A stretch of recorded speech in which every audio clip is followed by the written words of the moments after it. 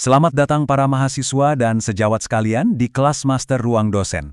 Hari ini kita langsung menukik tajam membedah salah satu kegawat daruratan paling dinamis dan berpotensi mematikan di bidang gastroenterologi, yaitu pankreatitis. Anda mungkin sudah tahu gejalanya, tapi secara klinis, kondisi pasien bisa memburuk secara drastis hanya dalam hitungan jam. Mengapa bisa secepat itu? Nah, kita tidak akan sekedar menghafal textbook di sini. Kita akan menyelam jauh ke dalam kaskade biokimia destruktifnya, melihat secara langsung bagaimana satu kesalahan mikroskopis pada sel mampu memicu reaksi berantai yang meruntuhkan sistem organ secara keseluruhan. Mari kita mulai perjalanan ilmiah ini. Untuk menjaga alur logika kita, silabus hari ini terbagi menjadi 6 segmen. Kita mulai dari homeostasis dasar, lalu fase inisiasi, amplifikasi, fase sistemik, variasi etiologi, dan kita tutup dengan target terapi masa depan. Pertama, bagian pendahuluan. Sebelum kita membahas patologi dari sebuah penyakit, kita mutlak harus mengagumi tatanan fisiologis normalnya terlebih dahulu. Pankreas ini sejatinya adalah organ yang luar biasa. Fokus kita hari ini ada pada fungsi eksokrinnya, yaitu pabrik penghasil cairan pencernaan yang sangat poten. Kunci dari mekanisme pertahanan organ ini ada pada molekul yang disebut zymogen. Bayangkan saja, pankreas memproduksi enzim yang fungsinya memang untuk melarutkan daging dan lemak yang kita makan. Kalau enzim ini aktif di dalam pankreas itu sendiri, jelas itu sebuah bencana, bukan? Karena itu, enzim diproduksi dalam bentuk inaktif, bagaikan sebuah gunting biologis yang mata pisaunya masih terkunci rapat. Gunting ini, misalnya tripsinogen, baru akan terbuka dan siap memotong ketika sudah aman berada jauh di lingkungan duodenum. Tatanan ini dirancang dengan sempurna untuk melindungi pankreas dari senjatanya sendiri. Tetapi, bagaimana jika sistem keamanan ganda ini gagal? Disinilah kita berhadapan dengan konsep sentral yang sangat mengerikan, autodigesti. Dalam pankreatitis, kedamaian fisiologis tadi hancur lebur. Enzim-enzim pencernaan diaktifkan secara prematur, tepat di tempat mereka dibuat, di dalam asinus pankreas. Gunting biologis tadi terbuka sebelum waktunya. Alih-alih mencerna makanan Anda, enzim ini mulai beringas mencerna jaringan pankreas itu sendiri. Anda bisa melihatnya sebagai sebuah pengkhianatan seluler tingkat tinggi di mana suatu organ menghancurkan dirinya sendiri menggunakan produk ciptaannya. Lalu, dari mana persisnya kekacauan ini bermula? Kita melangkah ke bagian kedua, yaitu fase inisiasi di tingkat sel asinar. Jauh di kedalaman pankreas, tepatnya di dalam sel asinar, percikan patologis pertama itu muncul. Para ahli memiliki dua teori utama tentang bagaimana inisiasi fatal ini bisa terjadi. Teori yang pertama adalah kolokalisasi. Secara arsitektur, sel normalnya memisahkan zymogen dari enzim lisosom di ruangan yang berbeda. Tapi akibat stres tertentu, butiran zymogen ini berfusi, bercampur secara abnormal dengan lisosom. Masalahnya, lisosom punya enzim bernama katepsin B yang tanpa ragu langsung memotong kunci pada molekul tripsinogen, mengubahnya menjadi tripsin yang liar dan aktif. Nah, teori yang kedua berpusat pada kalsium. Ion kalsium ini adalah molekul sinyal yang sangat ketat pengawasannya. Ketika terjadi semacam korsleting di dalam sel, kalsium tiba-tiba membanjiri sitosol secara masif dan terus-menerus.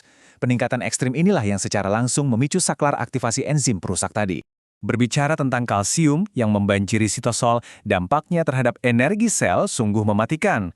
Kalsium dalam kadar yang tinggi ini langsung menyerang fungsi mitokondria, generator utama sel. Serangan ini memicu pengosongan cadangan ATP secara drastis. Tanpa ATP, sel asinar sama sekali kehilangan kemampuannya untuk mempertahankan integritas membran. Dan ini sangat penting untuk Anda catat. Kegagalan energi ini memastikan bahwa sel asinar tidak akan mati secara elegan melalui apoptosis, melainkan hancur berantakan melalui nekrosis, sebuah kematian sel yang meledak, memuntahkan isinya, dan menyalakan peradangan lokal yang luar biasa hebat. Percikan kecil tadi kini telah membesar menjadi kobaran api.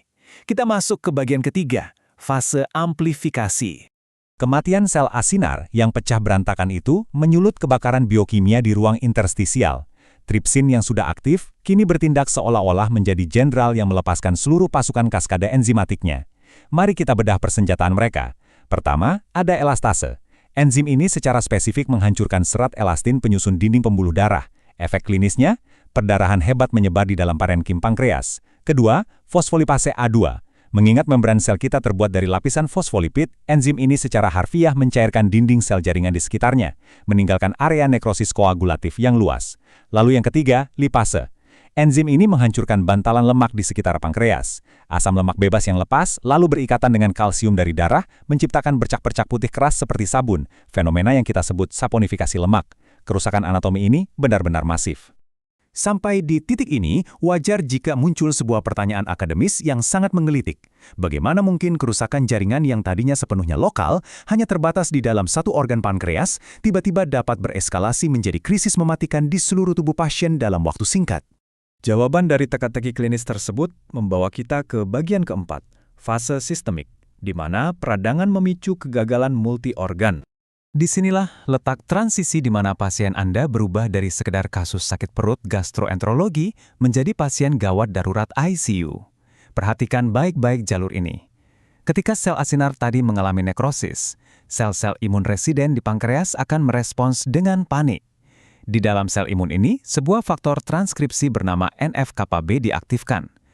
Anda bisa menganggap NF-κB ini sebagai tombol alarm nuklir yang memaksa sel untuk memproduksi badai sitokin proinflamasi secara masif, seperti TNF-alpha, interleukin 1, dan interleukin 6. Mediator ragang yang sangat poten ini tak lagi bisa dibendung di pankreas. Mereka menembus pembuluh darah, tumpah ke sirkulasi sistemik, dan menyebarkan sinyal kepanikan massal ke seluruh pelosok tubuh. Begitu badai sitokin ini masuk ke sistem vaskuler, dinamika pembuluh darah yang sehat hancur seketika. Endotel kapiler merespons dengan sangat abnormal. Terjadi vasokonstriksi awal yang diikuti oleh vasodilatasi dan peningkatan permeabilitas yang sangat ekstrim. Sederhananya, pembuluh darah mikroskopis pasien berubah wujud menjadi saringan yang bocor.